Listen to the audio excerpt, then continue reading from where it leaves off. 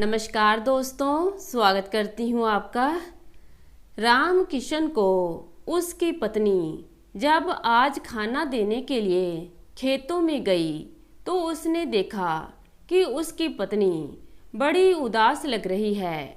राम किशन ने पूछा, तुम उदास क्यों हो?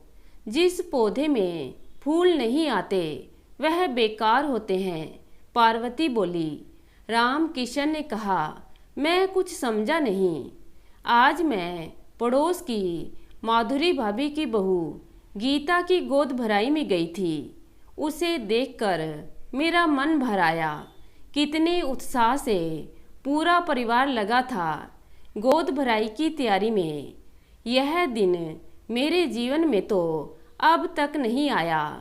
पार्वती ने अपने पति के कंधे पर सर रखते हुए कहा, माँ बनना या ना बनना कोई कसौटी नहीं होती एक औरत की अहमियत नापने की। राम किशन ने अपनी पत्नी को समझाते हुए कहा, चलो अब जल्दी से खाना लगाओ, बहुत भूख लगी है। पत्नी ने थाली परोसी। तुम्हारी थाली कहाँ है? राम किशन ने पूछा। आज मेरा उपवास है, पार्वती बोली। इतने उपवास रखती हो, ऐसे तो सेहत खराब हो जाएगी। सब भगवान पर छोड़ दो। जब वे चाहेंगे तब इस घर में भी किलकारियाँ गूंजेंगी।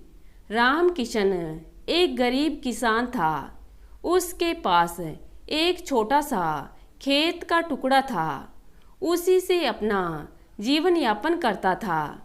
उसकी शादी को 10 वर्ष हो चुके थे, पर वह अभी तक संतान सुख से वंचित थे।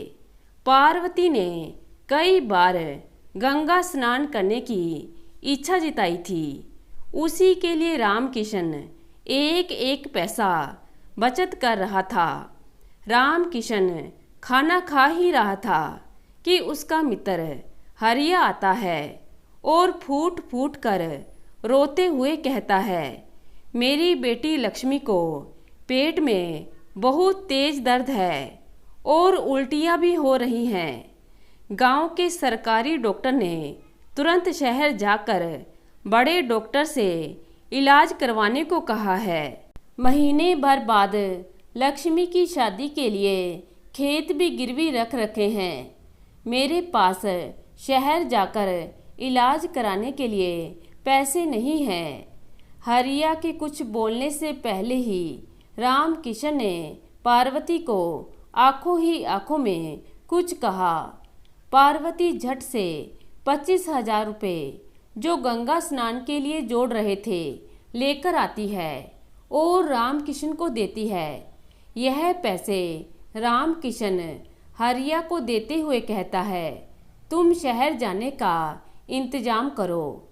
हरिया राम किशन के पैरों में गिर गया और बोला, तेरा यह एहसान मैं जिंदगी भर नहीं भूलूंगा।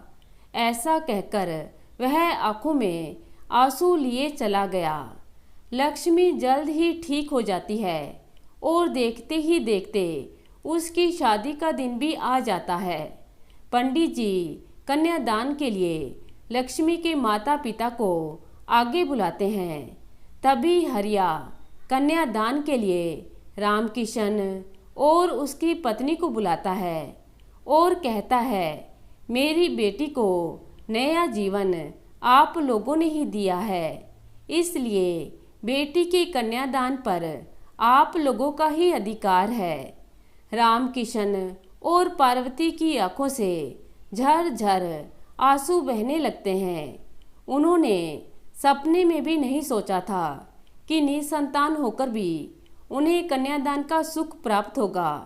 दोनों ने ढेरों आशीर्वाद के साथ लक्ष्मी का कन्यादान किया। लक्ष्मी का कन्यादान कर दोनों पति पत्नी भूल ही गए थे कि उनके जीवन में कुछ कमी है। कुछ महीनों के बाद पार्वती महसूस करती है कि वह माँ बनने वाली है।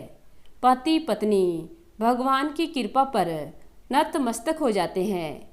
सही समय पर पार्वती ने एक पुत्र को जन्म दिया। यह पार्वती के उपवास करने का प्रताप था या किसी गरीब पिता की मदद करने का फल कि आज उनका जीवन बच्चे की किलकारियों से भर गया था। तो दोस्तों, कैसी लगी आज की कहानी? आशा करती हूँ पसंद करेंगे।